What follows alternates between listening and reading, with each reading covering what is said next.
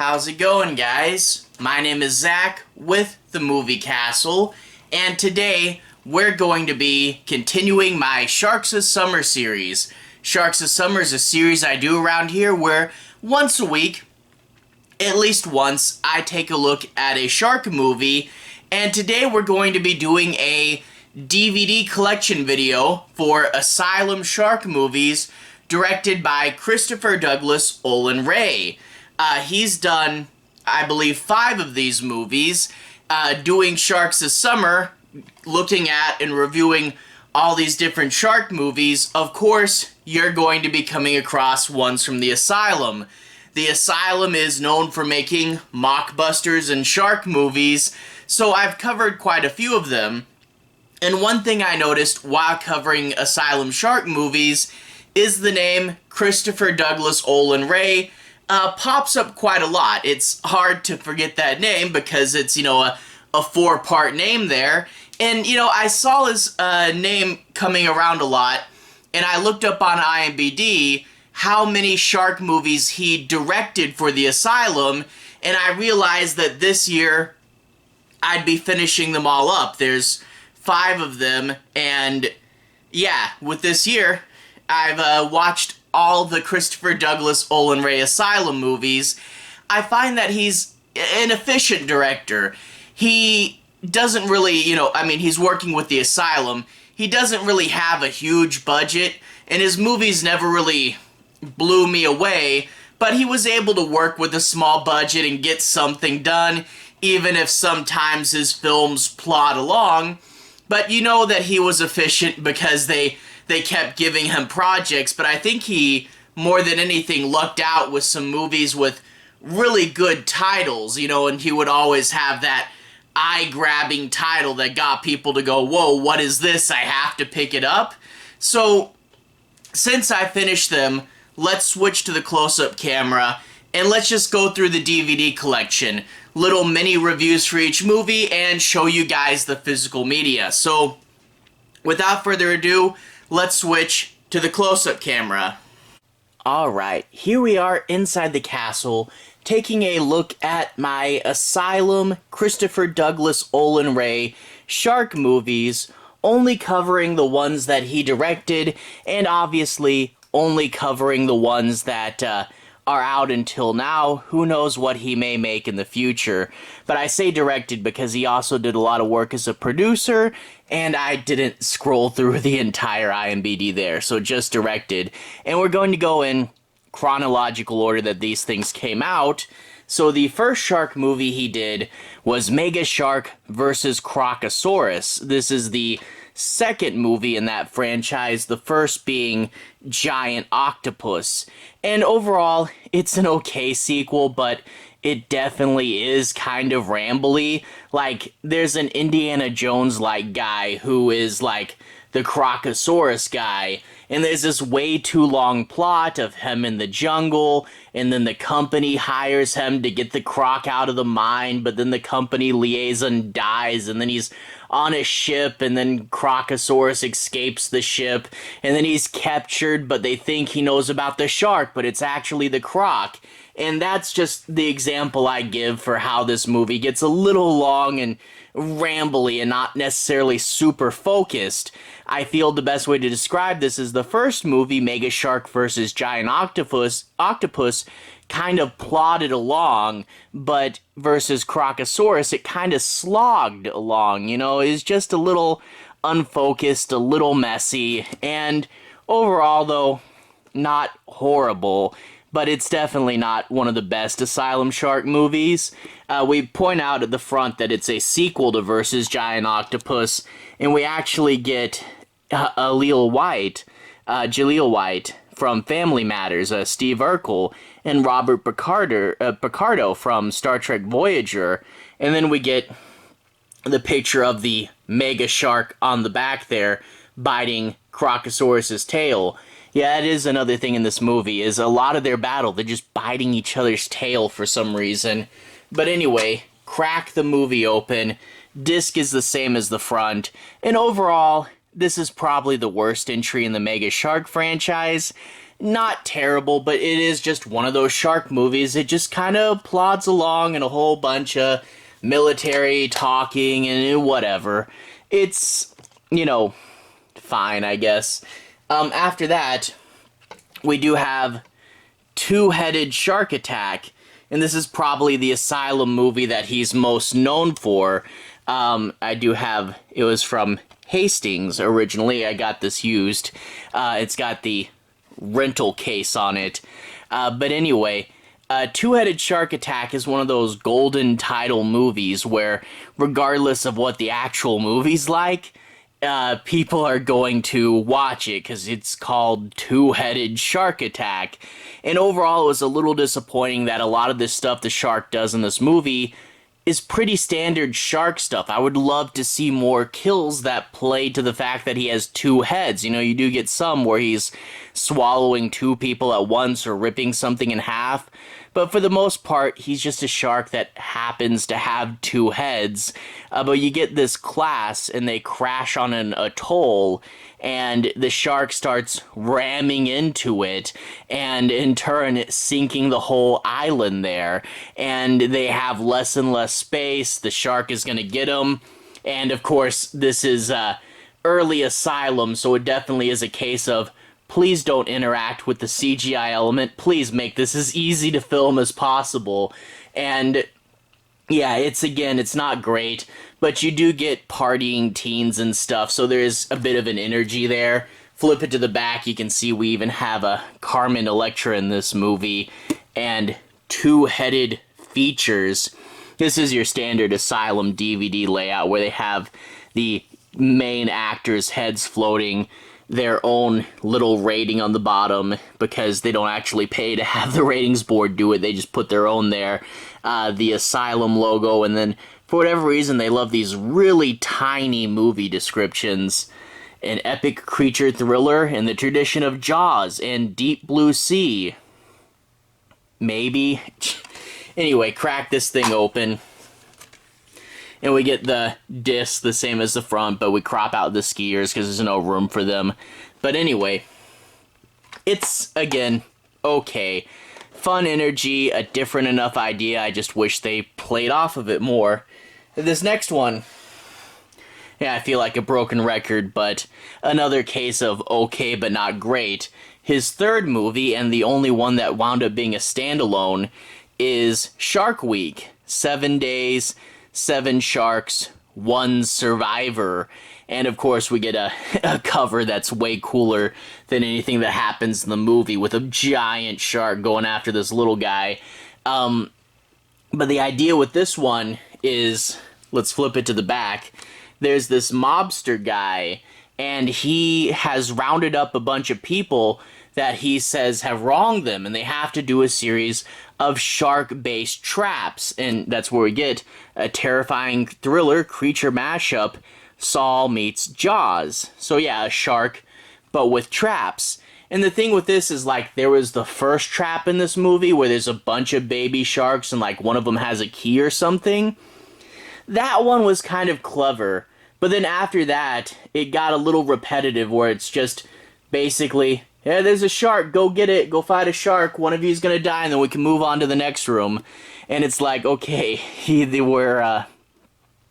we're getting kind of repetitive. And then they also say, like, each shark is bigger and worse than the rest, but they're both, like, all the sharks are just CGI sharks, and they don't really stand out from one another, you know? And also, this is Shark Week, so they have to say the whole thing takes place over 7 days. They're obviously using that as an excuse to kind of cash in on Discovery Channel, but in turn, you get these days feeling that they lasted like 20 minutes, you know, where they get up, walk around, fight a shark, then go to sleep. In some cases, I think at one point, at least once, they go to sleep just on the beach in broad daylight. It's like, hey, the script says we have to move it along another day because we have to be Shark Week, so everybody just lie down here and wait for tomorrow. Yeah, it's not super well thought out.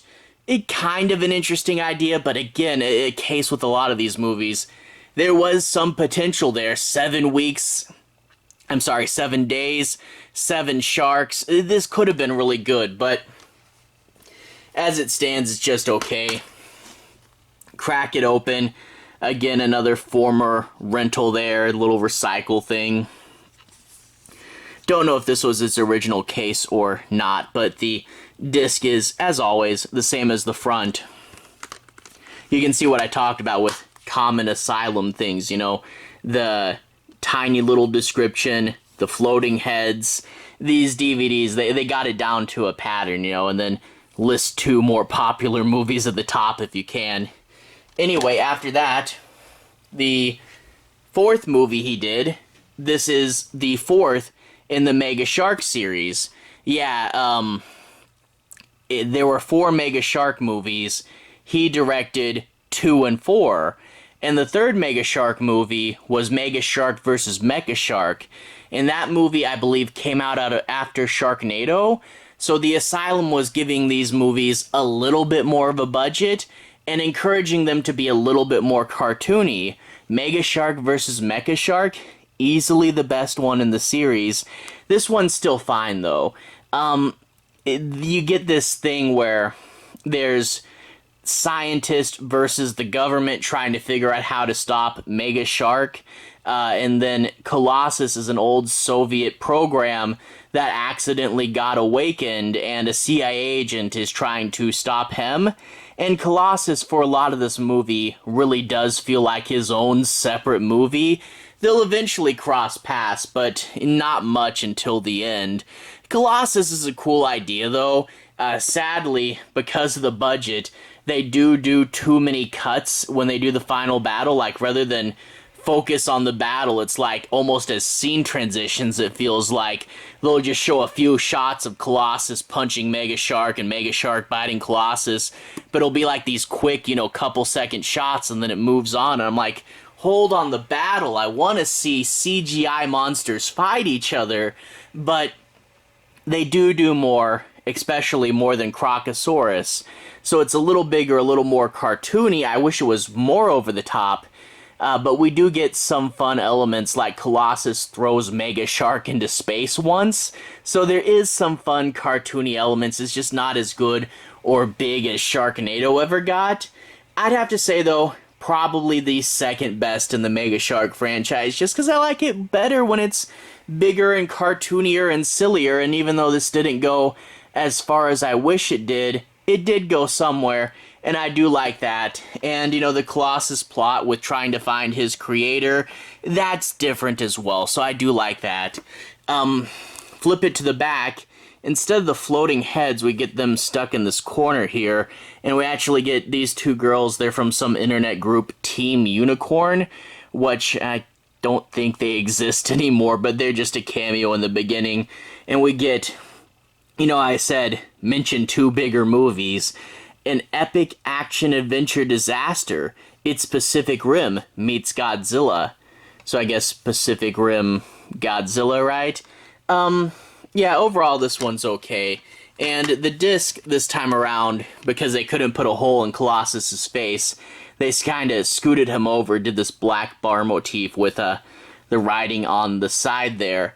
But anyway, after that, we would get one more shark movie for the Asylum from Christopher Douglas-Olen Ray.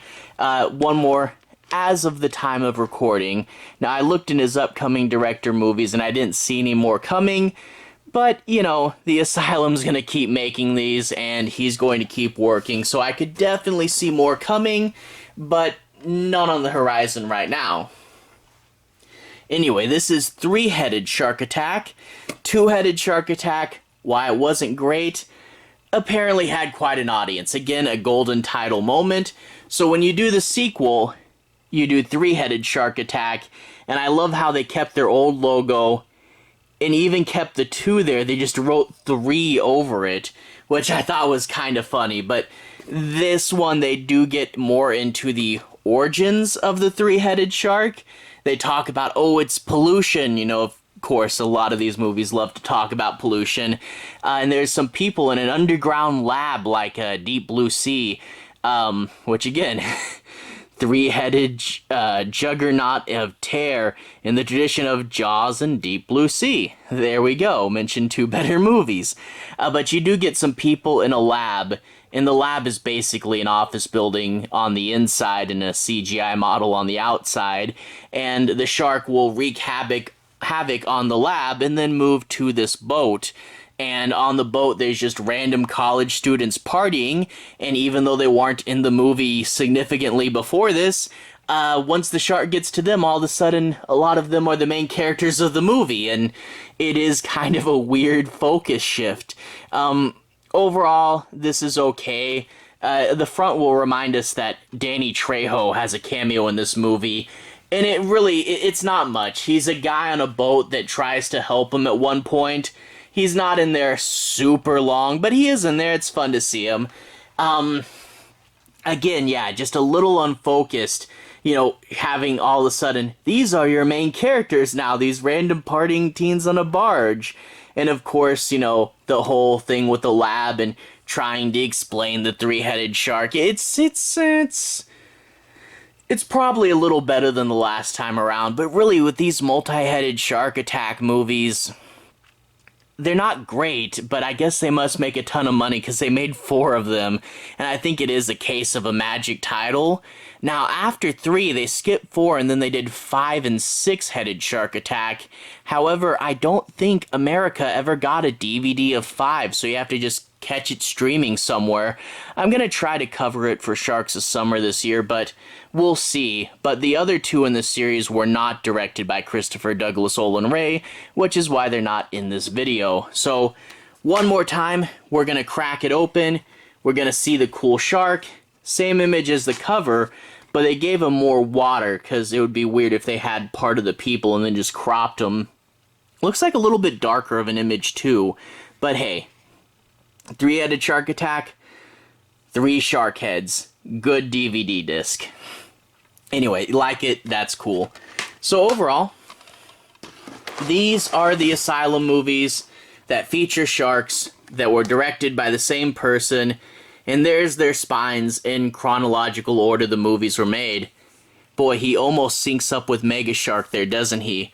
I always did like these Asylum splash spines there, getting a good bit of the artwork there, and they always do feature a good bit of color on the spines as well, and then the little Asylum logos that don't quite match, but whatever. Overall, fun enough movies. He never made the Asylum's best shark movies, but he made some fairly good ones. Again, not as good as Sharknado, but good enough little series to follow, and I figured since I talked about all 5 of them, I might as well make a DVD collection video. Anyway, to everyone who's watched so far, thank you for watching. To everyone who's liked and subscribed, thank you. You really are helping the channel out. I'll leave a relevant playlist on the bottom. How about my Asylum Shark Movies playlist, where you can see my individual reviews for all of these. I also did a DVD collection video for the Sharknado DVDs as well, if you like this sort of format. Anyway, have a good day. I'll see you guys again very, very soon. Relevant playlist on the bottom. Have a good day now.